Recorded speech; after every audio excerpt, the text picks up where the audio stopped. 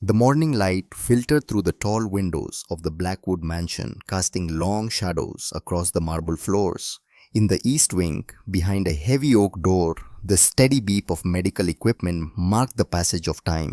Eleanor Blackwood lay motionless in the center of the room, her silver hair spread across white pillows like a halo. The machines breathed for her. The monitors tracked her heartbeat, but her eyes remained closed, locked behind a darkness that had lasted 6 months. Evelyn Clark moved through the room with practiced silence. Her footsteps made no sound on the thick carpet. Her hands were steady as she checked the oxygen levels, adjusted the IV drip, and smoothed the blankets around Eleanor's fragile frame. She had done this every morning for 8 years, long before the accident that left the matriarch of the Blackwood family trapped in this suspended state between life and death. But Evelyn still remembered the woman Eleanor had been, sharp, elegant, fierce in her love for her son Marcus, and fierce in her judgments of those who came into his life. Evelyn remembered the way Eleanor would sit in the garden reading her mystery novels with a cup of Earl Grey balanced on her knee, the way she laughed at her own jokes, the way she looked at Evelyn with something close to affection and said, "Your family, dear, don't ever forget that." Now Eleanor was silent. Evelyn leaned close and whispered as she did every morning, "Good morning, Mrs. Blackwood. It's Tuesday. The roses are blooming early this year. You'd love to see them." There were no response. There never was, but Evelyn kept talking anyway because somewhere in the medical journals she'd read late at night she learned that coma patients could sometimes hear. That familiar voices might reach through the darkness. That hope, however small, was worth holding on to. She picked up a worn copy of Agatha Christie from the bedside table, Eleanor's favorite. Evelyn opened to the bookmarked page and began to read aloud, her voice soft and rhythmic, filling the quiet room with words about detectives and mysteries and secrets that always eventually came to light. Evelyn didn't notice the figure standing in the doorway. Vivian Ashford watched from the shadows, her perfectly manicured fingers gripping the doorframe. Her blonde hair fell in salon-perfect waves over her shoulders. Her blue-green eyes were cold, calculating. She had been standing there for 3 minutes, observing the way Evelyn touched Eleanor's hand, the way she read with such tenderness, the way she seemed to fill the room with a warmth that Vivian could never manufacture, and she hated her for it. Vivian stepped into the room, her heels clicking sharply against the floor. The sound shattered the peaceful atmosphere like glass breaking. Still reading to her, Vivian's voice was smooth, pleasant even, but there was an edge beneath it, sharp as a blade. "I wonder if it makes any difference. The doctors say she can't hear anything." Evelyn looked up, her expression neutral, professional. She had learned over the past 2 months since Vivian moved into the mansion that any reaction would be used against her later. "Some studies suggest auditory stimulation can help," Evelyn said quietly. She closed the book and stood smoothing her simple navy scrubs. "It's part of the care protocol." "Of course." Vivian walked closer, her eyes scanning the room with the precision of someone looking for flaws. "Although I did notice you were 15 minutes late checking her vitals this morning. Marcus wouldn't be pleased to hear that his mother's care is becoming inconsistent." Evelyn felt her jaw tighten. She had checked the vitals at exactly 6 o'clock, the same time she had every morning for 8 years. But she didn't argue. Arguments with Vivian never ended well. "I'll make a note to be more precise," Evelyn said evenly. Vivian smiled, but it didn't reach her eyes. "That's all I ask. We all want what's best for Eleanor, don't we?" She left the room as suddenly as she'd entered, leaving behind the faint scent of expensive perfume and something else. Something that made Evelyn's skin crawl. Evelyn waited until the footsteps faded down the hallway. Then she looked down at Eleanor, at the woman who had once been so strong and vital, now reduced to a collection of tubes and monitors and machines that breathed for her. "She's lying, Mrs. Blackwood," Evelyn whispered. "I don't know why yet, but she's lying." The Blackwood mansion sat on 3 acres in the hills above Beverly Hills, a sprawling estate of white stone and tall windows that gleamed in the California sun. Inside the house was a maze of rooms filled with expensive furniture, original paintings, and the kind of silence that came with old money and older secrets. Marcus Blackwood moved through this world like a man underwater. He ran Blackwood Technologies from a home office on the second floor, managing billion-dollar contracts and international deals, while his mother lay dying one floor below. He told himself he was doing what needed to be done, that the business couldn't stop just because his personal life had fallen apart, that Eleanor would understand. But late at night, when the house was dark and quiet, he wondered if he was simply running away. He had met Vivian 2 years ago at a charity gala in Los Angeles. She was elegant, charming, articulate. She spoke 4 languages and had practiced law for a prestigious firm in New York before retiring to focus on philanthropy. She seemed perfect. She seemed safe. His mother had disagreed. Marcus could still remember that conversation 1 week before the accident that changed everything. Eleanor had gripped his hand across the dining table and said, "There's something wrong with that woman, Marcus. I can feel it. Promise me you'll be careful." He hadn't listened. He told himself his mother was being overprotective, that Vivian was exactly what she appeared to be: successful, beautiful, in love with him. 1 week later, Eleanor's car had gone off the road on Pacific Coast Highway. Single vehicle accident, no witnesses. The police found brake fluid leaking from the undercarriage, but the investigation concluded it was mechanical failure, nothing more. Eleanor survived, but barely. She'd been in a coma ever since, trapped in a hospital bed, that Marcus had moved into the mansion so she could be surrounded by familiar things, so he could be close to her, so he could tell himself he was doing enough. Vivian had moved in 3 months after the accident. Marcus proposed 2 months after that. The wedding was scheduled for 2 weeks from today, and his mother remained silent, unable to voice whatever warning she had tried to give him that night. Marcus stood at his office window, now looking down at the garden where Evelyn was walking between the rose bushes, carrying a basket of fresh linens. She moved with a grace that seemed out of place in the chaos of his life. Steady, reliable, present in a way he hadn't been. Evelyn had been with the family since she was 22 years old. Fresh out of nursing school, looking for work, willing to take a live-in position caring for his father during his final battle with cancer. She'd stayed after his father died, transitioning to general household management and becoming in the process something more than an employee. His mother loved her, trusted her, had made Evelyn the executor of her medical directives, a detail that Vivian brought up often always with a tight smile. "Don't you think it's strange," Vivian had said just last week, "that your mother gave so much power to the help? What if something goes wrong? What if decisions need to be made?" Marcus had defended Evelyn then, but lately, Vivian's words had started to echo in his mind during the long sleepless hours before dawn. What if the first real crack in the facade came on a Thursday night?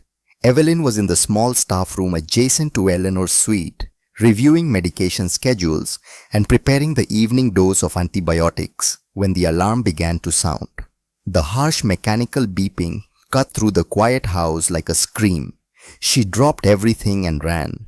Eleanor's room was 30 feet away, but it felt like miles. Evelyn's heart hammered against her ribs as she burst through the door, her eyes immediately scanning the monitors. The oxygen saturation was dropping. The ventilator tube had come partially dislodged and Eleanor's chest was barely moving. Evelyn's training took over. She moved with swift precision, repositioning Eleanor's head, checking the tube, ensuring the seal was tight. Her hands were steady even as her mind raced. This shouldn't have happened. She had checked everything less than 30 minutes ago. Everything had been secure. The oxygen levels began to rise. Eleanor's chest moved with the steady rhythm of the ventilator again. The alarm fell silent. Evelyn exhaled slowly, her hands still trembling with adrenaline. She made notes on the incident report, checked and double-checked every connection, every tube, every monitor. She didn't hear Vivian enter the room. What happened? Evelyn turned. Vivian stood in the doorway, her silk robe wrapped tight around her body, her face a mask of concern that didn't quite reach her eyes. The ventilator tube was loose. Evelyn said, keeping her voice calm and professional. I've secured it. Mrs. Blackwood is stable now. Vivian moved closer, her gaze sharp. How does that happen, Evelyn? You're supposed to be monitoring her constantly. I checked everything 30 minutes ago. It was all secure. And yet here we are. Vivian crossed her arms. I saw you leave the room earlier. You were gone for quite some time. 20 minutes at least. I was in the medication room preparing the evening dose. I'm always within earshot of the alarm. Still, Vivian's voice dropped lower, more intimate, like she was sharing a secret. This is exactly what I've been worried about.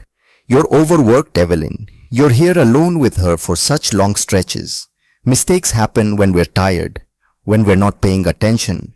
Evelyn felt something cold settle in her stomach. I didn't make a mistake. Of course not. I'm sure you did your best. Vivian smiled, soft and sympathetic. But Marcus needs to know about this for his mother's safety. You understand? Before Evelyn could respond, Marcus appeared in the doorway. He must have heard the alarm from his office upstairs.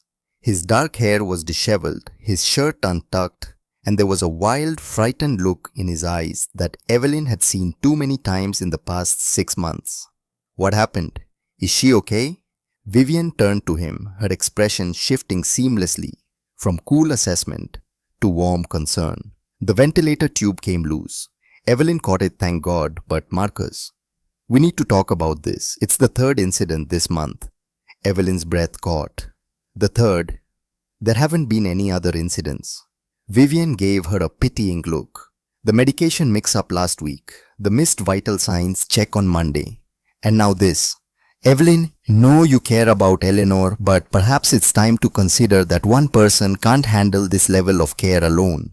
There was no medication mix-up, Evelyn said, her voice hardening despite her best efforts to stay calm. And I have never missed a vital signs check, ever. Marcus looked between the two women, uncertainty flickering across his face.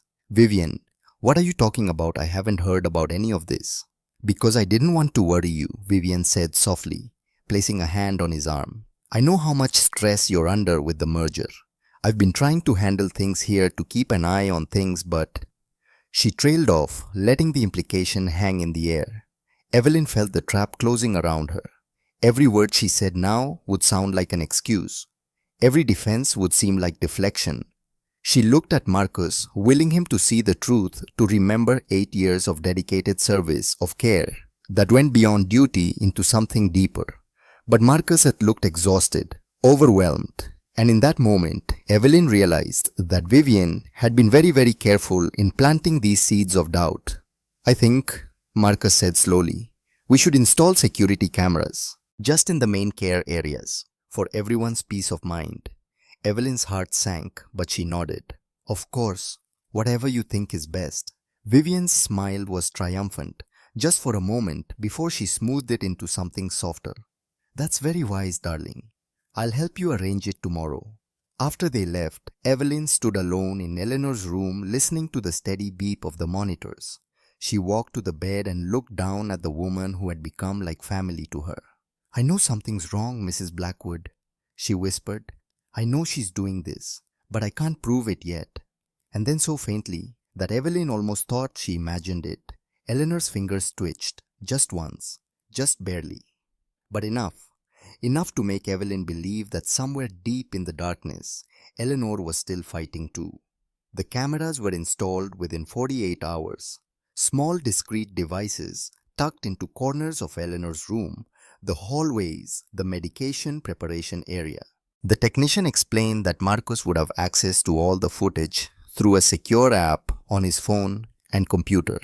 For your mother's protection, Marcus had said, though he couldn't quite meet Evelyn's eyes when he said it. Evelyn didn't argue. She knew the cameras would show the truth, that she was meticulous in her care, that she never cut corners, never missed the check, never made the mistakes Vivian claimed she had made. But on the third night after the cameras were installed, Evelyn lay awake in her small room adjacent to Eleanor's suite, and a terrible thought crept into her mind. What if Vivian knew the cameras would prove Evelyn's innocence? What if that wasn't the point at all? What if Vivian was planning something else entirely? and wanted the cameras there to record whatever came next. Evelyn got out of bed and walked quietly to Eleanor's room. The house was dark except for the soft glow of the medical equipment. She stood in the doorway, watching the steady rise and fall of Eleanor's chest, and she made a decision. She would document everything, every medication dose, every vital sign check, every conversation. She would keep her own records separate from the official charts just in case. Because something was coming. She could feel it in the air, in the way Vivienne looked at Eleanor with barely concealed impatience, in the way Marcos seemed to be drifting further away from reality. Something was coming, and Evelyn needed to be ready. 5 days after the cameras were installed, Marcos sat in his office late at night, reviewing footage on his laptop. He had been doing this every evening, watching hours of recordings, searching for the incidents Vivienne had described. The medication mix-ups, the careless mistakes, the evidence that would justify his growing unease. But he found nothing. The footage showed Evelyn moving through her routines with practiced efficiency. She checked Eleanor's vitals every 2 hours exactly as scheduled. She prepared medications with meticulous care, double-checking every label, every dose. She cleaned, she monitored, she spoke softly to his mother even when there was no one around to hear. She was perfect. And that's when Marcos noticed something else. He scrolled back through the footage from the night of the alarm, the night the ventilator tube came loose. He watched Evelyn leave the room at 8:47 p.m. to prepare medications. The timestamp on the camera was clear. At 9:01 p.m., another figure entered Eleanor's room. Vivienne. She moved to the bedside, looked down at Eleanor for a long moment, then reached toward the ventilator. The angle of the camera didn't show exactly what she did. Her body blocked the view, but she was there for 45 seconds. Then, she left. At 9:06 p.m., the alarm began to sound. At 9:07 p.m., Evelyn ran into the room. Marcos stared at the screen, his mind refusing to process what his eyes were seeing. He rewound the footage, watched it again and again. Vivienne had been in the room right before the alarm, right before the tube came loose. He minimized the window and sat back in his chair, his hands shaking. There had to be an explanation. Maybe she was checking on his mother. Maybe she adjusted the blankets and accidentally bumped the tube. Maybe it was innocent, but Vivienne had blamed Evelyn, had called it the third incident, had suggested Evelyn was incompetent, overwhelmed, dangerous even. Marcus opened a new window and began scrolling through older footage, searching for the other incidents Vivienne had mentioned. The medication mix-up, the missed vital signs check. He searched for 2 hours. He found nothing, because they had never happened. But he did find other things. He found footage of Vivienne entering the medication room when Evelyn wasn't there, opening cabinets, moving bottles. He found her standing over Eleanor's bed in the middle of the night, her expression cold and calculating. He found her on multiple occasions, creating situations that would make Evelyn look careless or distracted. And he found something else, something that made his blood run cold. On the footage from 2 nights ago, at 2:00 a.m., Vivienne had entered Eleanor's room. She stood beside the bed for a long time, just watching. Then she pulled out her phone and made a call. The camera had no audio, but Marcus could read her lips well enough to catch fragments of what she was saying. 2 weeks. Can't wait any longer. The will needs to be changed before... She had paused, listening to whoever was on the other end. Of course, I'm sure the old woman isn't waking up, and after the wedding, I'll be legally family. No one can contest it then. Marcus closed the laptop. His hands were shaking so badly, he could barely control them. He wanted to be wrong, wanted there to be some other explanation, but the evidence was there, captured in cold digital clarity. Vivienne wasn't trying to protect his mother. She was trying to harm her. And she was using Evelyn as a scapegoat for her own actions. But why? What did Vivienne gain from this? The answer came to him slowly, sickeningly. The will. Eleanor's will left everything to Marcus, of course, but there were provisions, trusts, conditions, Protections in place that would make it difficult for any spouse of Marcus's to access Eleanor's personal fortune until certain conditions were met.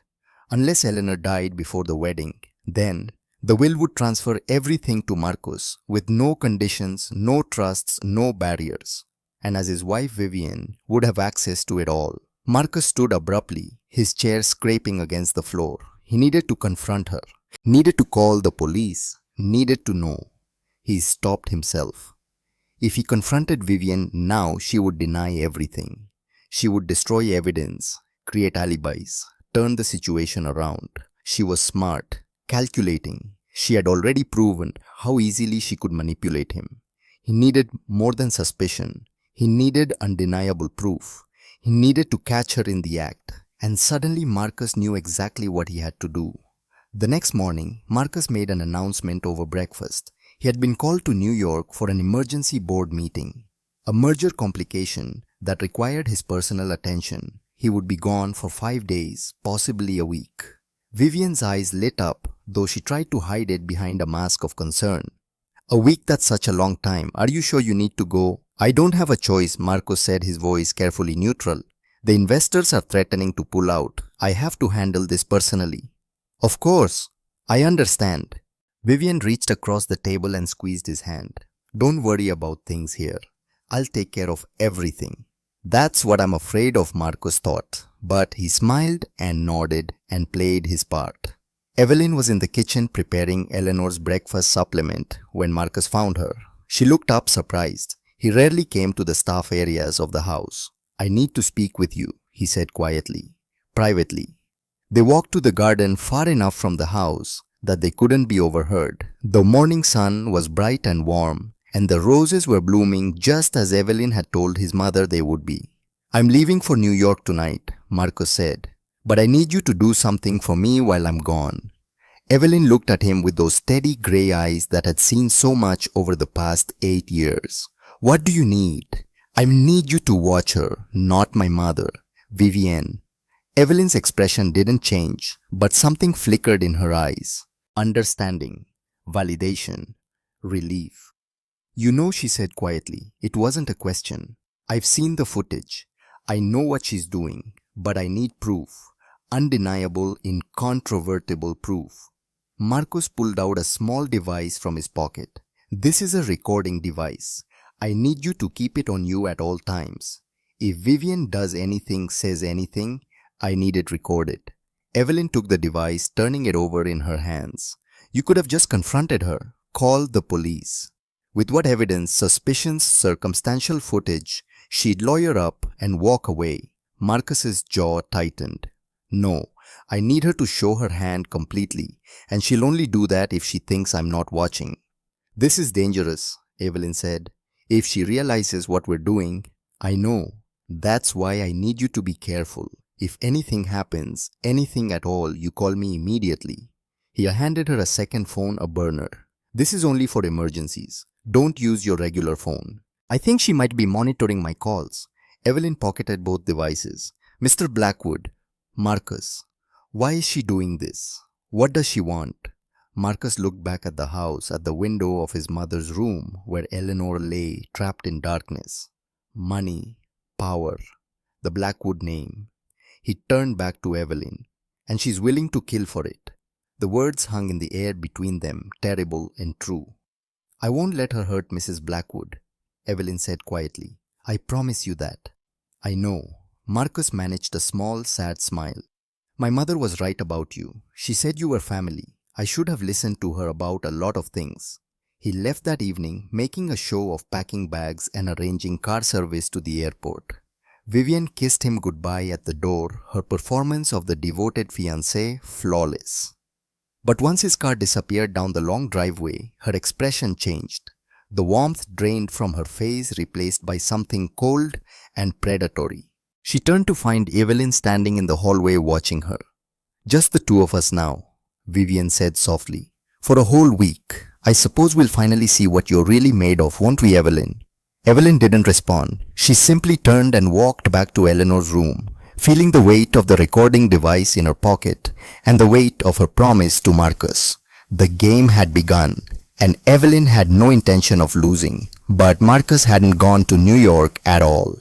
20 miles outside Los Angeles, he pulled into a parking garage and parked on the third level. From his trunk, he removed a large duffel bag. Inside were hospital scrubs, a realistic fake ID badge, a surgical mask, and a cap. He had spent the past 3 days acquiring everything he needed from a medical supply company that asked very few questions when you paid in cash. In the bathroom of a nearby gas station, Marcus Blackwood transformed into David Miller, visiting nurse from a regional healthcare agency. The badge looked authentic. The uniform fit perfectly. The mask covered most of his face. He looked at himself in the mirror. His own mother wouldn't recognize him like this. That was the point. He drove back toward Beverly Hills, toward the mansion he had left just an hour before, toward the woman he had trusted and the woman who had earned his trust, and toward whatever dark truth was waiting to be uncovered. The cameras in Eleanor's room were still recording, but this time Marcus would be in the picture too, watching, waiting, ready to step in the moment Vivian made her move. He parked 3 blocks away and walked to the service entrance of the mansion, the entrance the medical staff used when they arrived for their shifts. The security guard at the gate checked his ID, called the main house for confirmation of the new nurse's arrival, and waved him through. Marcus's heart hammered in his chest as he approached the door. This was insane, reckless. If he was caught, the consequences would be devastating. But if he wasn't there, if he let Vivian continue unchecked, his mother would die. He was certain of it now. The door opened. Evelyn stood there, her expression neutral and professional, as she greeted the new nurse the agency had sent. But when her eyes met his, just for a fraction of a second, he saw recognition flicker across her face. She saw through the disguise. She knew. She didn't say anything. She simply stepped aside and let him in. "Welcome to the Blackwood residence," Evelyn said, her voice steady and calm. "Let me show you where everything is."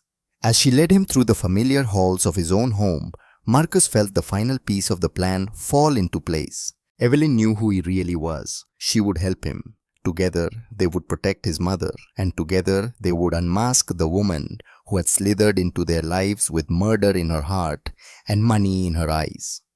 The silent witness was silent no more. The truth was coming. And Vivian Ashford had no idea what was waiting for her in the shadows. The first thing Marcus noticed standing in the hallway of his own home disguised as a stranger was how different everything looked from this angle. As the master of the house, he had moved through these spaces with ownership, with familiarity. Now, as a David Miller, he saw the mansion through the eyes of the staff.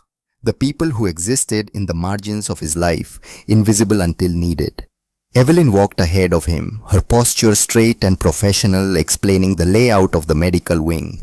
Her voice was steady, but Marcus could see the tension in her shoulders. She knew who he was, and she was terrified. Not of him, for him. "Mrs. Blackwood's room is the largest suite on the ground floor," Evelyn said, leading him down a corridor lined with family portraits. Marcus's own face stared down at him from the walls, and he kept his head lowered, the surgical cap and mask hiding most of his features. "She requires monitoring every 2 hours. The schedule is posted by the door." They entered Eleanor's room, and Marcus felt his breath catch despite himself. He had been here just this morning before leaving, had kissed his mother's forehead and whispered promises he wasn't sure he could keep. But seeing her now through the pretense of being someone else made the reality of her condition hit him with fresh brutality. She looked so small, so fragile, like a bird with broken wings. Evelyn moved to the bedside and began her routine checks with practiced efficiency. She spoke softly as she worked, narrating what she was doing for the benefit of the new nurse. Oxygen saturation is at 97%, heart rate steady at 62 beats per minute, blood pressure within normal range. Her hands were gentle as she adjusted Eleanor's blanket, smoothed her hair. "Mrs. Blackwood responds well to familiar voices. I read to her every evening. Agatha Christie mostly. They're her favorites." Marcus watched Evelyn work and felt something shift inside him. Guilt perhaps, or recognition. This woman had been caring for his mother with a devotion that went far beyond duty, and he had allowed Vivian to poison his mind against her. He had doubted Evelyn when he should have trusted the evidence of 8 years of loyalty. The medication schedule is complex. Evelyn continued, opening a binder filled with detailed charts. Everything is documented here. Every dose, every time, every observation. I keep duplicate records in case anything happens to the primary files. Smart, Marcus thought. She had been preparing for this confrontation with Vivian long before he had realized there was a war being waged in his own home. Evelyn looked up at him, then her grey eyes meeting his for just a moment. In that brief connection, entire conversations happened without words. I know who you are. I'll keep your secret. We're in this together now. Be careful. Marcus nodded barely. Enough to acknowledge. Enough to agree. The moment shattered when heels clicked in the hallway outside. Vivian entered the room like a storm front, all cold pressure and crackling energy. She wore white linen pants and a silk blouse, her blonde hair pulled back in a flawless chignon. She looked like she belonged in a fashion magazine, not a sick room. Her eyes landed on Marcus, and something flickered across her face. Suspicion, annoyance. It was gone too quickly to identify. The new nurse, Vivian, said, her voice pleasant but edged with frost. How unexpected. I wasn't informed we were changing staff. The agency sent confirmation this morning, Evelyn said smoothly.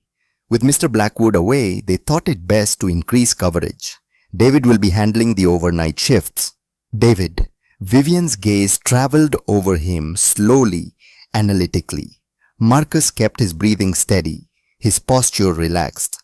He was just a tired healthcare worker on another shift. Nothing to see, nothing to worry about. But Vivian stepped closer, invading his space. You look familiar. Have we met before? Marcus's heart hammered against his ribs. He let his voice drop lower, rougher than his natural tone. Don't think so, ma'am. I'm new to the agency, just moved from Portland last month. Portland. Vivian's eyes narrowed slightly. What brought you to Los Angeles? Work. Better opportunities. Marcus gestured vaguely toward Eleanor. I specialize in long-term care patients, coma cases specifically. It was a detail he had prepared a backstory, built on research, but is saying it out loud here in this room with his mother lying unconscious between them felt like a betrayal. Vivian seemed to accept it, though her expression remained guarded. I see. Well, David, I hope you understand that Mrs. Blackwood's care is of the utmost importance to this family. Any irregularities, any concerns, you report them to me directly. Is that clear? Crystal clear, ma'am. Good. Vivian turned to Evelyn, her demeanor shifting to something sharper. I noticed the medication inventory was low on the morphine. Did you reorder? Yes, this morning. It should arrive tomorrow. And the reports I asked for, the detailed breakdown of Mrs. Blackwood's vital signs for the past week. Evelyn's jaw tightened almost imperceptibly. I'll have them ready by end of day. See that you do. Vivian smiled, but it was all teeth and no warmth. We wouldn't want any oversights. She left the room, trailing expensive perfume and barely concealed hostility. Evelyn waited a full minute after the footsteps faded before she spoke, her voice barely above a whisper. She's escalating. Now that you're gone, or she thinks you're gone, she's going to make her move soon. I know, Marcus said quietly. He moved to the window, looking out at the garden where he and his mother used to walk on Sunday mornings. That's why I'm here. This is dangerous. If she realizes who you are, she won't. Not if we're careful. Marcus turned back to face Evelyn. How much time do we have? Evelyn pulled out her phone and checked the calendar. The wedding is in 6 days, but... She hesitated. But what do we... I overheard her on the phone yesterday. She was talking to someone about moving up the timeline. She said 6 days was too long, that things needed to happen sooner. Marcus felt cold dread settle in his stomach. How much sooner? I don't know. But the way she's been acting today, the way she's watching everything.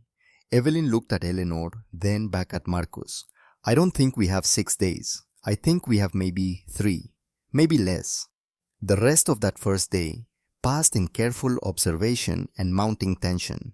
Marcus moved through the mansion like a ghost present, but unnoticed, watching the dynamics of his household from the outside looking in. He saw the way the other staff members interacted with Evelyn. Respectful, trusting. They asked her questions, deferred to her judgment. She was the anchor of this place, the one who kept everything running smoothly while he had been lost in work and grief.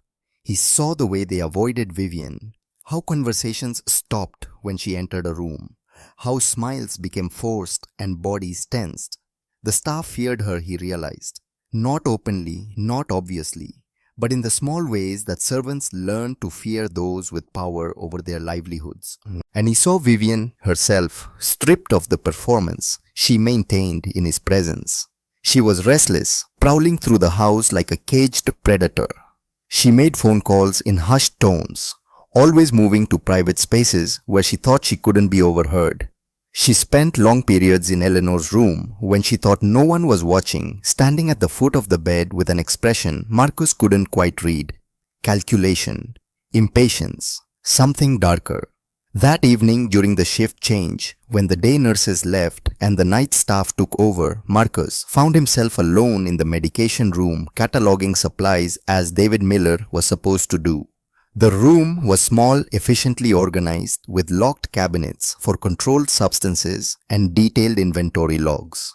He was checking the morphine supply, noting that it was indeed lower than expected when he heard voices outside the door. Vivian's voice, and someone else's male speaking in low, urgent tones. Marcus moved closer to the door, which was slightly ajar. "Can't keep delaying," the male voice said. "The arrangement was clear. 2 weeks, you said. It's been 6 months. "I know the timeline," Vivian snapped. "But the situation is more complicated than I anticipated. The old woman was supposed to die in the accident. The fact that she survived isn't my problem. You owe money, a lot of money, and my employer is getting impatient." Marcus's blood ran cold. He pulled out his phone and started recording. The device Evelyn carried wasn't the only one capturing evidence now. "I'll have it," Vivian said. "After the wedding, I'll have access to the accounts, the full estate. 50 million just like we agreed. 50 million was the price 6 months ago. Now with interest and delays, it's 75. That's absurd. That's business. You want the problem to go away, you pay the price. Otherwise," the man's voice dropped lower, menacing. "Otherwise, certain people might learn about your previous marriages, about the life insurance payouts, about Portland." Silence. Then, Vivian, her voice like ice. "Are you threatening me? I'm reminding you of reality. You have 1 week. After that, I can't protect you anymore. And the Blackwood family might receive some very interesting information about their future daughter-in-law." Footsteps. The man was leaving. Marcus pressed himself against the wall, heart pounding as a figure passed the medication room. Tall, wearing a dark suit, face partially obscured by the angle. The man disappeared down the hallway, and moments later Marcus heard the front door open and close. He waited, counting slowly to 30 before emerging from the medication room. Vivian was gone, but the conversation replayed in his mind, each word more damning than the last. 50 million, previous marriages, life insurance, Portland. The pieces were falling into place, forming a picture so ugly, Marcus almost couldn't bear to look at it, but he had to. Because his mother's life depended on understanding exactly who Vivian Ashford really was. He found Evelyn in Eleanor's room reading softly from Murder on the Orient Express.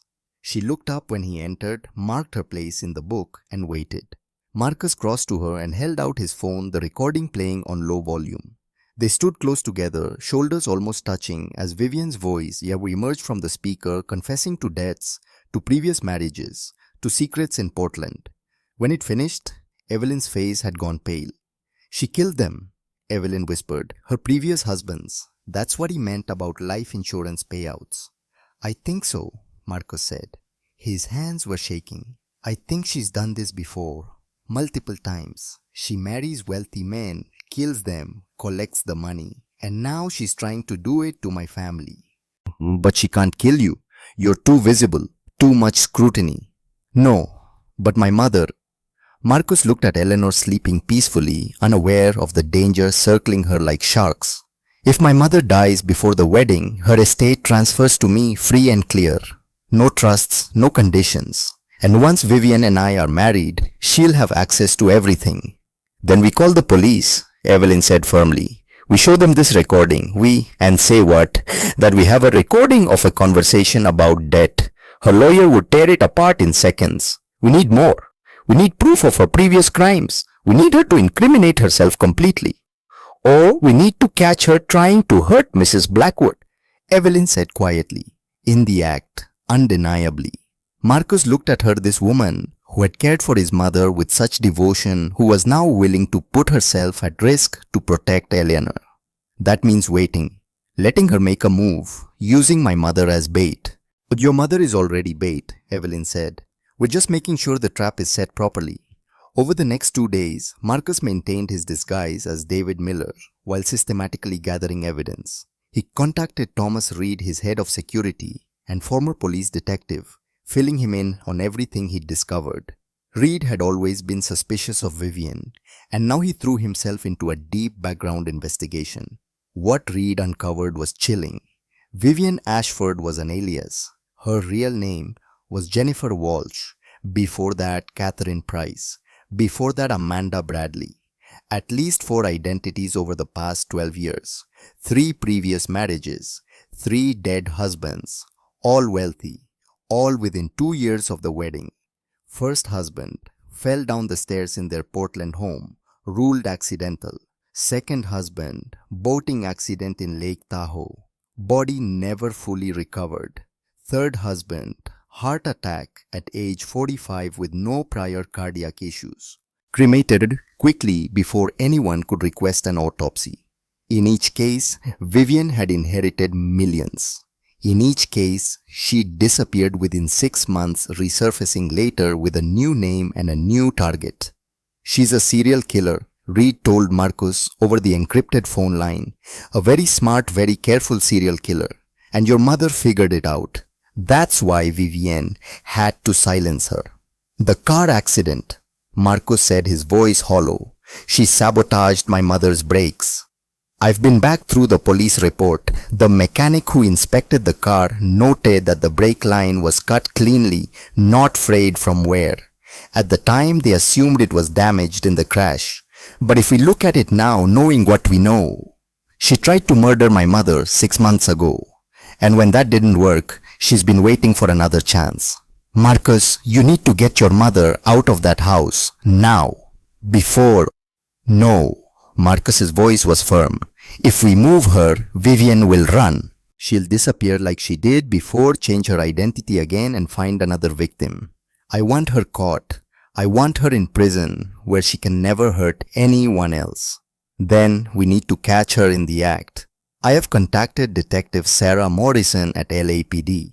She specializes in this kind of case, serial fraud, murder for profit.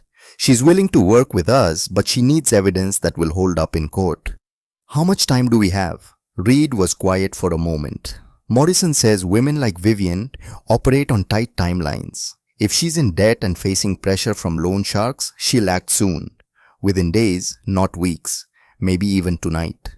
Marcus looked at Eleanor sleeping peacefully in her bed, unaware that her life hung by a thread. Then, we'd better be ready.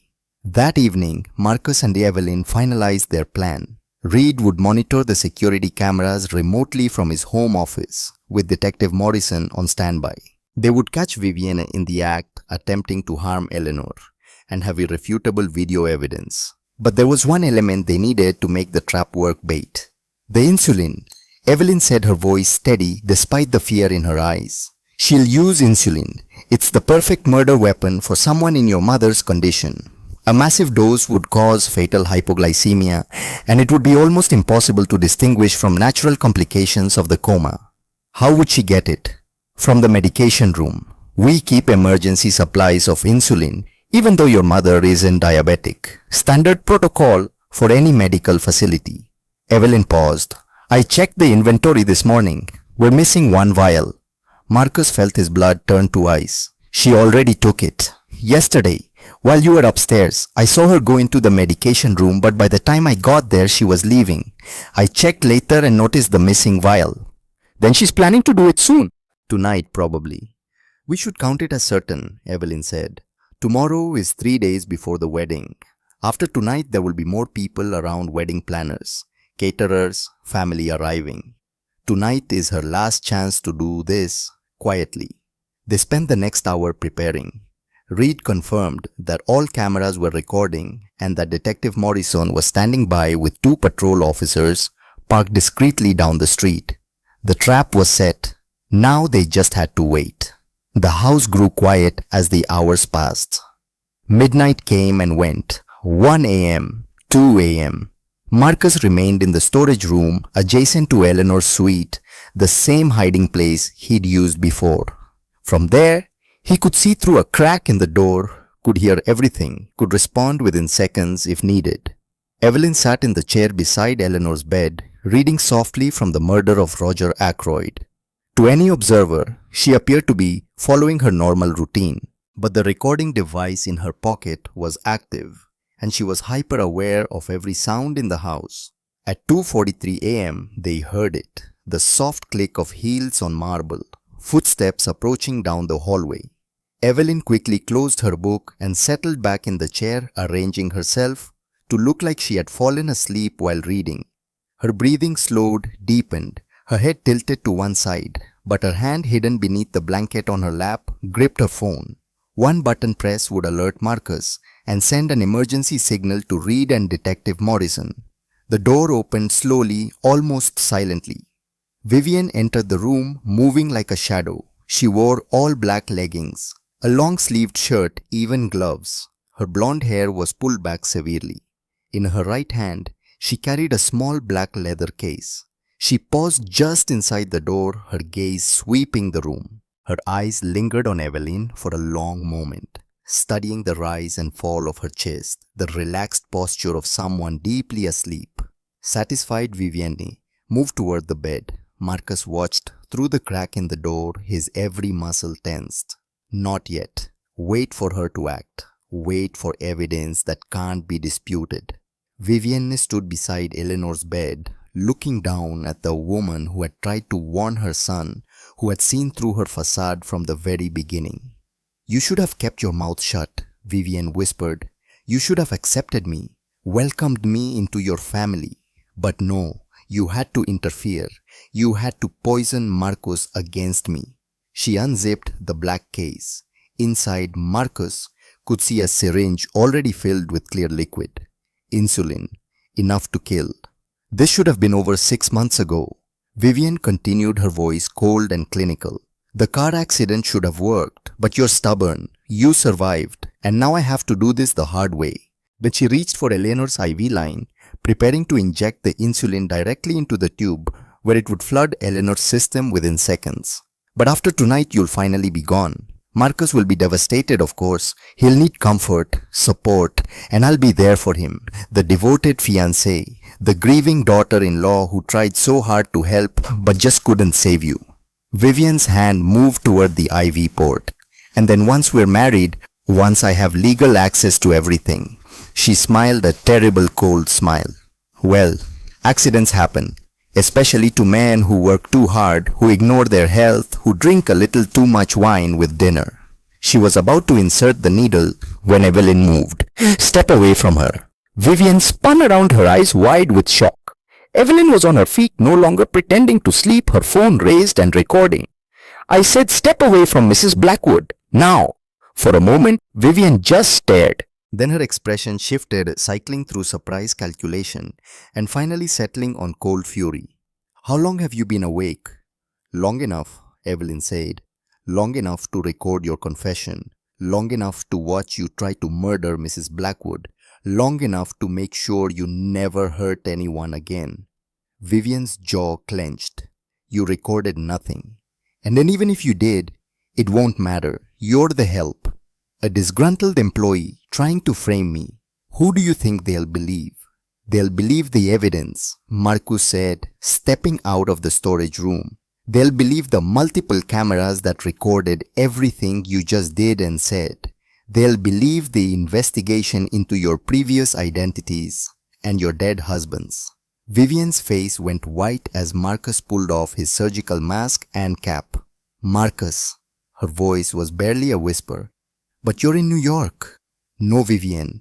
I've been here the whole time, watching you, recording everything, waiting for you to show us exactly who you really are. This is entrapment. Vivian's voice rose, panic bleeding through her control. You set me up. We gave you every opportunity to leave my mother alone. Marcus said coldly. Every opportunity to call off your plan. You chose to come here tonight. You chose to try to kill her. Those are your choices. And now you live with the consequences. Vivian's eyes darted between Marcus and Evelyn, between the door and the windows. Marcus could see her mind working, calculating whether she could run, whether she could fight, whether there was any way out. She lunged for the syringe that had fallen on the bed. But Evelyn was faster. She grabbed Vivian's wrist, twisting it away from the needle. The two women struggled and Marcus moved to help. But before he could reach them, the door burst open. Detective Morrison entered with two uniformed officers, their weapons drawn. LAPD, nobody move. Vivian froze. The fight went out of her body all at once and she sagged against the bed rail, defeated. Miss Ashford, or whatever your real name is, you're under arrest for attempted murder. Detective Morrison said, her voice crisp and professional. You have the right to remain silent. As the officer read Vivian her rights and placed her in handcuffs, Marcus moved to his mother's bedside. He took Eleanor's hand in his, relief washing over him so intensely that his knees nearly buckled. It's over, Mom, he whispered. You're safe now. She's never going to hurt you again. Vivian was silent. As they led her from the room, her face a mask of cold fury. But as she passed Marcus, she hissed one final threat. This isn't over. I have lawyers. I have money. I'll be out in days, and when I am, you'll be in prison. Detective Morrison interrupted. We've been investigating you for weeks. We have evidence linking you to 3 murders, 1 attempted murder. Multiple counts of fraud and identity theft. You're not getting out, Miss Walsh. Not ever. The use of her real name seemed to break something in Vivian. Her composure finally shattered, and she began screaming, struggling against the handcuffs, hurling threats and accusations. As the officers dragged her from the room, Marcus turned away, unable to watch. He focused instead on Eleanor, on the steady beep of her monitors, on the gentle rise and fall of her chest. She was alive.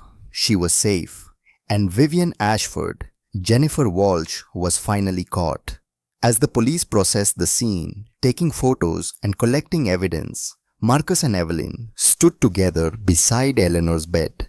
Reed arrived to coordinate with Detective Morrison, and the mansion slowly filled with police personnel and crime scene technicians. Through it all, Eleanor slept on, unaware that her life had just been saved, unaware of the battle that had been fought in her name. But Marcus knew, and Evelyn knew, and tomorrow when Eleanor woke, if she woke, they would tell her everything.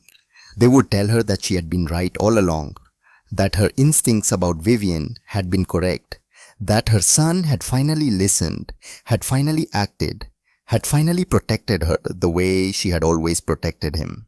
The nightmare was over, or so they thought, because the story wasn't finished yet. There was one more chapter to write, one more miracle, waiting in the darkness, and it would begin not in days or weeks, but in hours. The silent witness was about to speak. The police had finally left, taking Vivian and all their evidence with them. Detective Morrison promised to keep Marcus updated on the investigation, and Reed had stationed 2 additional security guards at the mansion gates just in case Vivian had accomplices they didn't know about. The house was quiet now, too quiet after all the chaos. Marcus sat in the chair beside Eleanor's bed, still dressed in the scrubs that had been his disguise for the past 4 days. He hadn't slept, couldn't sleep. The adrenaline was still coursing through his system, his mind replaying every moment of the confrontation, every word Vivian had spoken. You should rest, Evelyn said softly. She had been organizing the room, putting everything back in order, After the police had processed it as a crime scene, you've been awake for almost 20 hours. So have you. I'm used to long shifts. You're not. Evelyn came to stand beside him looking down at Eleanor. She's safe now. You can let go. I don't know if I can. Marcus's voice cracked. For 6 months, I've been terrified that she would die. And tonight she almost did. If we hadn't been here, if we hadn't figured it out. He couldn't finish the sentence. Evelyn placed a hand on his shoulder. But we did. We saved her. And now she has time to heal. Time to come back to us. What if she doesn't? What if she never wakes up? What if I never get to tell her how sorry I am for not listening to her, for bringing that monster into our lives? Marcus, Evelyn's voice was firm. Your mother knows you love her. She knows you fought for her. That's what matters. Marcus looked up at her, this woman who had stood by his mother through everything, who had risked her own life tonight to protect Eleanor. I don't know how to thank you for everything you've done, for believing in her when I doubted, for being brave when I was blind. You don't need to thank me, Evelyn said. She's family. You're both family, and family protects each other. They sat in silence for a while, the only sound the steady beep of Eleanor's monitors. Outside, the first hints of dawn were beginning to lighten the sky. A new day was coming. The wedding that would never happen was 36 hours away. Marcus thought about all the plans that would need to be cancelled, the guests who would need to be notified, the media storm that was coming once word got out about Vivian's arrest. His company's stock would take a hit. There would be questions, investigations, scrutiny. But none of it mattered, not really, because his mother was alive. I'm going to stay with her, Marcus said. For as long as it takes, I'm not leaving her again. I'll stay too, Evelyn said. We'll take shifts. You sleep for a few hours, then I'll rest. That way, she's never alone. Marcus nodded gratefully. He was about to ask Evelyn to take the first shift when something made him pause. A change in the room. Not in the sound, the monitors were steady. Not in the light, the dawn was still just beginning to break. It was something else, something he couldn't quite name. He looked at Eleanor's face and saw. Was that no? It couldn't be. Evelyn, he said slowly. Look at her eyes. Evelyn moved closer, peering at Eleanor's face. Beneath her closed eyelids, Eleanor's eyes were moving. Rapid darting movements. REM sleep. Dreaming. She hasn't done that in months, Evelyn whispered. The doctor said it was unlikely she would ever. Eleanor's right hand twitched. Just once, but distinctly. Not the random muscle spasm they had seen before. This was different. Purposeful. Marcus grabbed his mother's hand. Mom, can you hear me? Squeeze my hand if you can hear me. Nothing. Marcus waited, his heart pounding. Then, so faintly, he almost thought he imagined it, he felt pressure. Eleanor's fingers squeezed his hand. Oh my God, Marcus breathed. She squeezed my hand. Evelyn, she squeezed my hand. Evelyn was already moving, checking Eleanor's vital signs with swift efficiency. Her brain activity is increasing. Heart rate is climbing slightly. Marcus, I think she's waking up. What do? We wait. We stay calm. We let her come back at her own pace. Evelyn pressed the call button for the on-call neurologist, and we get Dr. Patel here immediately. The next hour was a blur of activity. Dr. Patel arrived within 20 minutes along with 2 nurses and a neurologist from UCLA Medical Center. They ran tests, checked reflexes, monitored Eleanor's brain activity with portable equipment they'd brought with them. Through it all, Eleanor's movements increased. Her eyes continued their rapid motion beneath her lids. Her fingers twitched more frequently. And once her lips moved, forming shapes that might have been words, though no sound emerged. This is remarkable, Dr. Patel said, his usual professional calm cracking with excitement. After 6 months, the statistical probability of meaningful recovery was less than 5%, but her brain activity is showing patterns consistent with emerging consciousness. She's fighting her way back. Will she be okay? Marcus asked. Will she remember things? Will she be able to talk, to move? It's too early to know the extent of recovery. There may be cognitive impairments, motor difficulties, memory loss. But Mr. Blackwood, Dr. Patel smiled. Your mother is waking up. That alone is a miracle. Everything else we'll deal with as it comes. By mid-morning, Eleanor had progressed significantly. Her eyes were still closed, but her face was more animated. Her breathing had strengthened to the point where Dr. Patel felt comfortable reducing the ventilator support, and her hands moved frequently now, responding to touch and sound.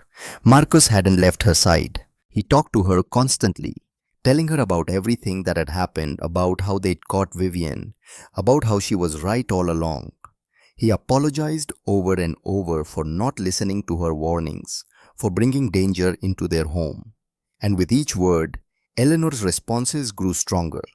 It was Evelyn who suggested music. She remembered Eleanor mentioning once that she and Marcus's father used to dance to Sinatra in the library on Sunday evenings. So Evelyn found a playlist on her phone and played The Way You Look Tonight softly in the background. That's when it happened. Eleanor's eyes opened, not slowly, not gradually. One moment they were closed and the next they were open, staring at the ceiling with confusion and disorientation. Her breath quickened. Her hands gripped the sheets. "Mom!" Marcus leaned forward so she could see his face.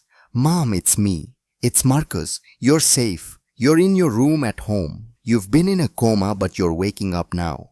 Everything is okay." Eleanor's eyes found his face. For a moment, there was no recognition, just confusion. But then something shifted. Her eyes focused. She knew him. Her lips moved.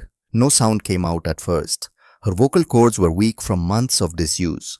But she was trying to speak. "Don't try to talk yet," Dr. Patel said, gently moving to the other side of the bed. "Your throat has been intubated for 6 months. It will take time to..." But Eleanor was determined. She swallowed, grimaced at the pain, and tried again. This time a sound emerged, rough and hoarse but intelligible. "Marcus!" Marcus felt tears streaming down his face. He didn't try to stop them. "I'm here, Mom. I'm right here." Eleanor's hand lifted slightly, reaching for him.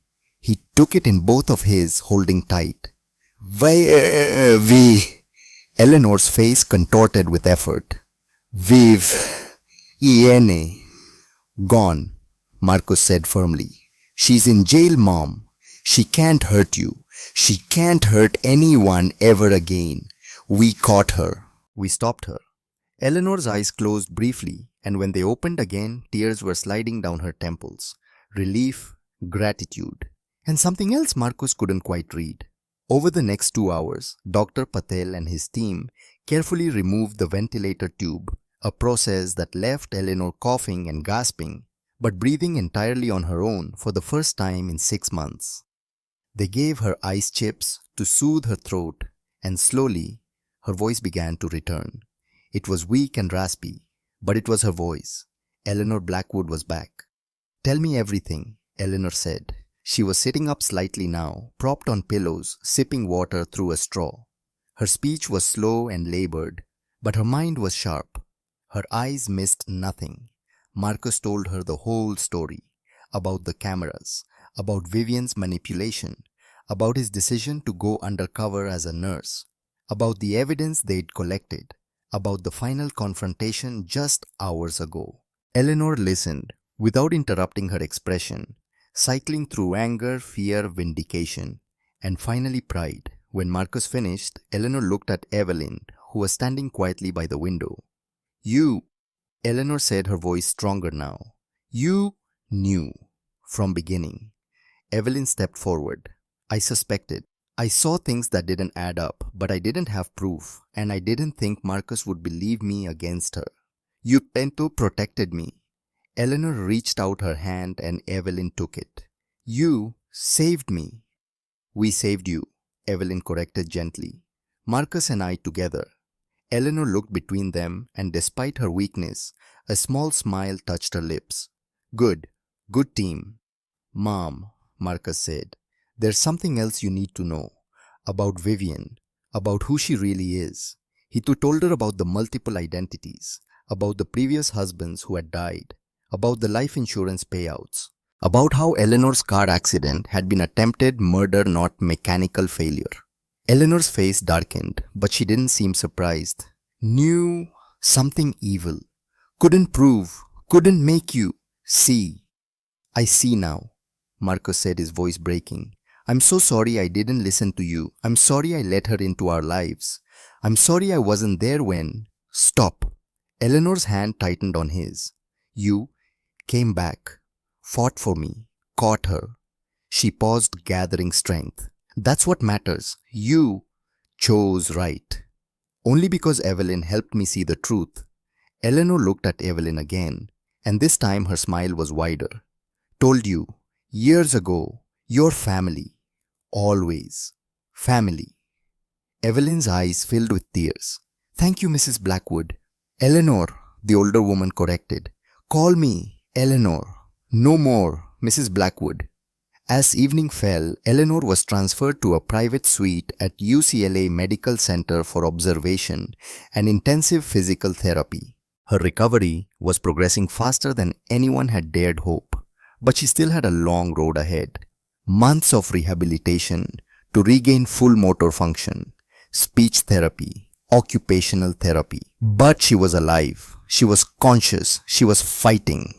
Detective Morrison came by the hospital to take Eleanor's statement. She listened as Eleanor described in halting words the argument she'd had with Vivian the week before the accident.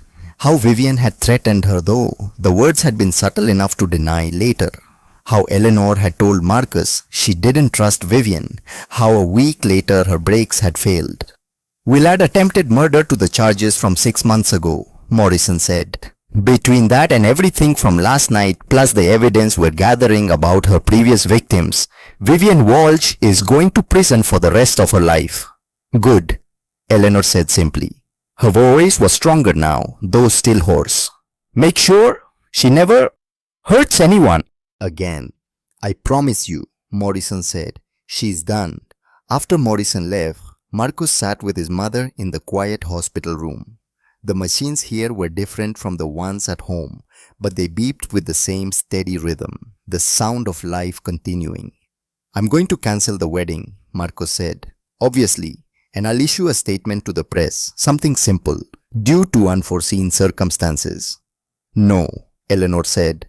Marcus looked at her in surprise. No, don't hide. Eleanor's eyes were fierce despite her weakness. Tell the truth, tell them. What she was, what she did, warn others. The media will have a field day, the company's stock will recover, Eleanor interrupted. But if you hide, she wins. She becomes the victim. Poor Vivian framed by paranoid family. Eleanor shook her head. No, truth, always truth. Marcus nodded slowly. His mother was right, as always. Okay, I'll hold a press conference, tell them everything. Good. Eleanor smiled. And Marcus, yes, don't be alone anymore. Don't let fear make you isolate. Her eyes drifted to where Evelyn was talking with one of the nurses in the hallway. Good people exist. Trust the ones who prove themselves through actions. Marcus followed his mother's gaze. Evelyn was laughing at something the nurse said, and in the fluorescent hospital light, she looked tired but beautiful, strong, real. It's too soon, Marcus said quietly. After everything with Vivian. Not now, Eleanor agreed. But someday, when enough time has passed, when you're ready. She squeezed his hand. Don't let one monster make you forget there are angels too. The press conference had been brutal. Marcus told the complete story, held nothing back. The media exploded as expected. Vivian's face was plastered across every news outlet. Black Widow killer caught, screamed the headlines. Billionaire's mother wakes from coma to expose murderer. The story had everything: wealth betrayal, attempted murder, a dramatic rescue. It dominated the news cycle for days. But Marcus had been right to tell the truth. The public response was overwhelmingly supportive. Other women came forward with stories of interactions with Vivian, or Jennifer, or Catherine, or Amanda that had seemed off at the time. One woman had dated Vivian briefly and had noticed her obsessive research into wealthy targets. Another had been a neighbor of one of the dead husbands and had always suspected the accident wasn't accidental. The evidence piled up. The case against Vivian became ironclad. She was denied bail. The trial was scheduled for 6 months from now, but everyone knew the outcome was certain. Vivian Walsh would spend the rest of her life in prison. Eleanor continued her recovery at a specialized rehabilitation center in Santa Monica. She was walking now with assistance. Her speech had improved dramatically. The doctors were cautiously optimistic that she would make a near complete recovery. Marcus visited her every day, usually bringing work with him. He'd moved his office temporarily to a space near the rehab center so he could be close. Evelyn came too, though she had officially retired from her position as Eleanor's caregiver, now that Eleanor was in professional hands. But she couldn't stay away. None of them could. They had been through too much together. They were bonded now in a way that went beyond employer and employee, beyond family obligation. They were survivors, warriors, a team. Eleanor was discharged from the rehabilitation center on a sunny afternoon in late spring. She walked out on her own, using only a cane for balance. Her hair was styled again, her clothes elegant. She looked like herself, just a slightly frailer version. The mansion welcomed her home with flowers in every room and staff who cried when they saw her. Eleanor made her way slowly through the house, touching familiar objects, running her hands along the walls, breathing in the scent of home. When she reached her old bedroom, which had been completely redecorated, all medical equipment removed, she paused at the doorway. "I don't want to stay here," she said. "Too many bad memories. The room where she tried to..." "I already had another suite prepared," Marcus said. "The one overlooking the rose garden. Your favorite view." Eleanor smiled. "Perfect." That evening, they had a small dinner party. Just Eleanor, Marcus, Evelyn, Thomas Reed, Detective Morrison, and Tuts Patel. A celebration of life, of recovery, of justice served. "To second chances," Eleanor said, raising her glass of sparkling cider alcohol, was still off limits per doctor's orders. "To the people who fight for us when we can't fight for ourselves. To family in all its forms." "To family," they echoed. As the evening wore on, Marcus found himself on the terrace with Evelyn, looking out at the roses that bloomed eternal in his mother's garden. "She's doing well," Evelyn said. "Better than anyone expected. Thanks to you, you kept her alive long enough for her to heal." "We kept her alive," Evelyn corrected. "All of us. Together." Marcus turned to look at her. In the 6 weeks since Vivian's arrest, he'd had time to process everything that had happened. Time to understand how close he'd come to losing everything. Time to appreciate the people who had stood by him. And time to recognize feelings that had been growing slowly and quietly in the midst of all the chaos. "Evelyn," he began, then stopped. He'd rehearsed this conversation in his head a dozen times, but now that the moment was here, he didn't know what to say. "Too soon," Evelyn said, gently reading his mind. She smiled. "Way too soon, Marcus, for both of us. I know, I just wanted you to know that. Someday, when enough time has passed, when we're both sure it's not just trauma bonding or gratitude or..." "I know," Evelyn said. "I feel it too, but your mother is right. We need time. Time to heal. Time to be sure." "How much time?" Evelyn laughed. "I don't know. 6 months, a year. However long it takes for us to feel normal again. However long it takes for you to trust again." "I trust you," Marcus said. "I have never trusted anyone more." "Then trust me about this," Evelyn said. "We have time. We're not going anywhere. And when the moment is right, we'll both know." Marcus nodded. She was right. As usual. "Okay. We wait. We wait." Evelyn agreed. They stood together in comfortable silence, watching the sunset paint the sky in shades of gold and pink. Somewhere inside the house, Eleanor's laughter rang out a sound that had been absent for too long, and was now the sweetest music in the world. The nightmare was over. The monster was caged. The family was whole again. And the future was waiting. Patient, possible, bright with promise. The courtroom was packed with media spectators and family members of Vivian's previous victims. The trial had taken 3 weeks, and now they were waiting for the verdict. Eleanor sat in the front row, flanked by Marcus and Evelyn. She had testified earlier in the week, describing the night Vivian tried to murder her with insulin. Her testimony had been calm, clear, and devastating. The prosecution had built an overwhelming case. Video footage, of Vivian confessing her plans, audio recordings of her conversation with the loan shark, financial records showing massive debts and life insurance payouts from previous marriages, testimony from forensic experts about the poison found in the exhumed bodies, and finally testimony from Marcus about his undercover investigation from Evelyn, about the missing insulin from Detective Morrison, about Vivian's multiple identities. The defense had tried to claim entrapment, but the judge shut that down quickly. Vivian had made her own choices. No one had forced her to enter Eleanor's room with a syringe full of insulin. Now, after just 4 hours of deliberation, the jury had reached a verdict. Has the jury reached a verdict? The judge asked. We have, Your Honor. On the charge of attempted murder of Eleanor Blackwood, how do you find? Guilty. On the charge of first-degree murder of Robert Price, how do you find? Guilty.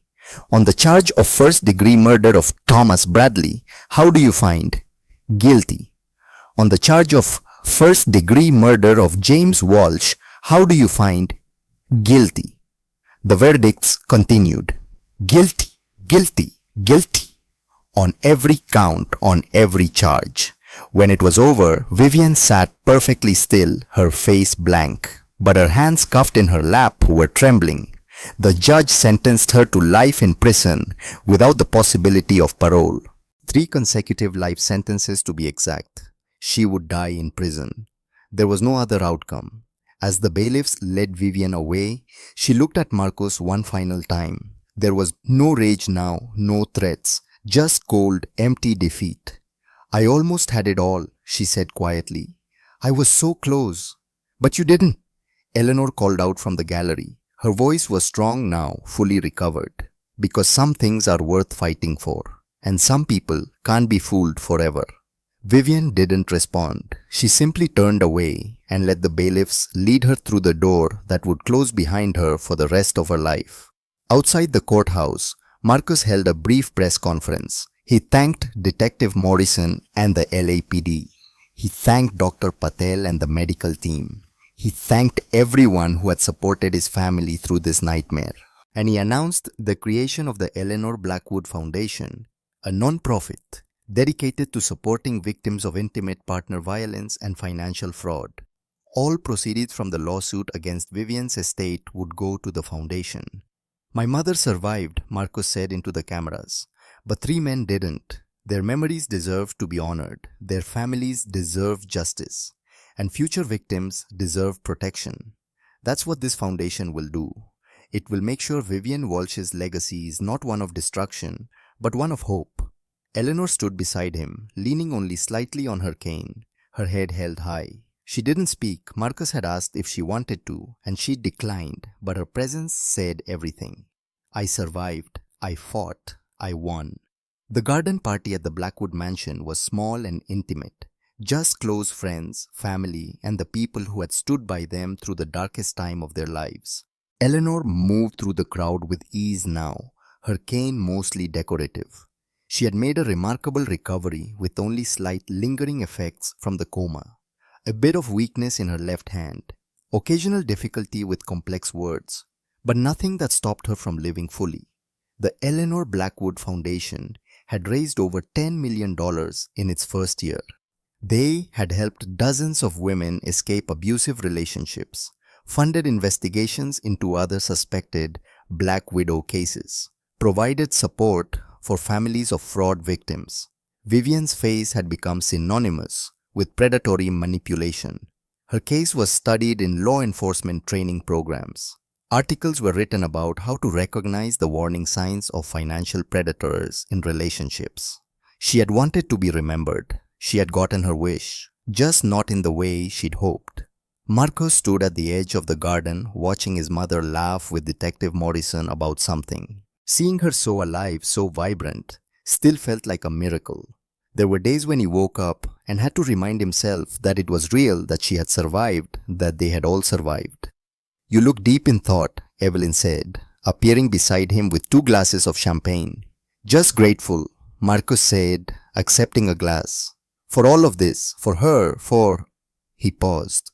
For you. Evelyn smiled. It's been a year. It has. Long enough. Marcus looked at her, really looked at her. The woman who had saved his mother's life, who had stood beside him through the investigation and the trial, who had proven through actions more than words that good people existed. That trust was possible. That love didn't have to be manipulation. I think so, he said. What about you? I've been sure for months, Evelyn admitted, but I was waiting for you to be ready. I'm ready. Marcus set down his champagne glass and took her hand. Evelyn Clark, would you like to have dinner with me, just the two of us? Not as employer and employee, not as colleagues or friends, but as something more. I would love to, Evelyn said, but on one condition. Name it. We'd tell your mother first. I don't want her to think we're sneaking around. Marcus laughed. She already knows. She's been not so subtly hinting about this for months. As if summoned by the mention of her name, Eleanor appeared beside them. Are you two finally going to admit what's been obvious to everyone else? Mom, it's about time, Eleanor said firmly. I was beginning to think I'd have to lock you both in a room together. She looked at Evelyn. You're good for him, you make him better, and more importantly, you love him for who he is, not what he has. I do, Evelyn said simply. Good, Eleanor smiled. Then you have my blessing. Not that you needed it, but you have it anyway. She walked away, leaving Marcus and Evelyn standing together under the rose arbor, hands clasped, the future spreading out before them like an unwritten story. So, Marcus said, dinner this weekend, Evelyn agreed. But, Marcus, yes. Slow. We go slow. I don't care how long it takes. I'm not in a hurry. Neither am I, Marcus said. We have all the time in the world. And they did. Because they had survived, because they had fought for each other, because they had learned that the strongest foundations were built not in perfect circumstances, but in fire and fear, and the determination to protect what mattered most. The sun set over the Blackwood mansion, painting the roses in shades of gold and amber. Music drifted from the terrace, where guests were gathering for dinner. Laughter echoed through the garden.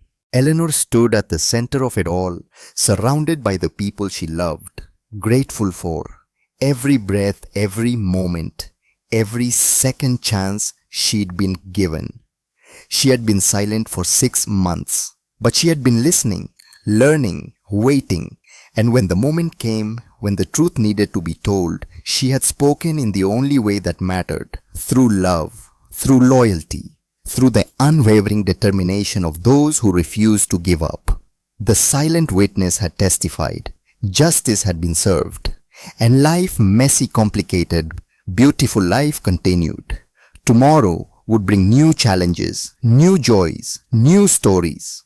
But today was for celebration, for gratitude, for the simple, profound miracle of survival.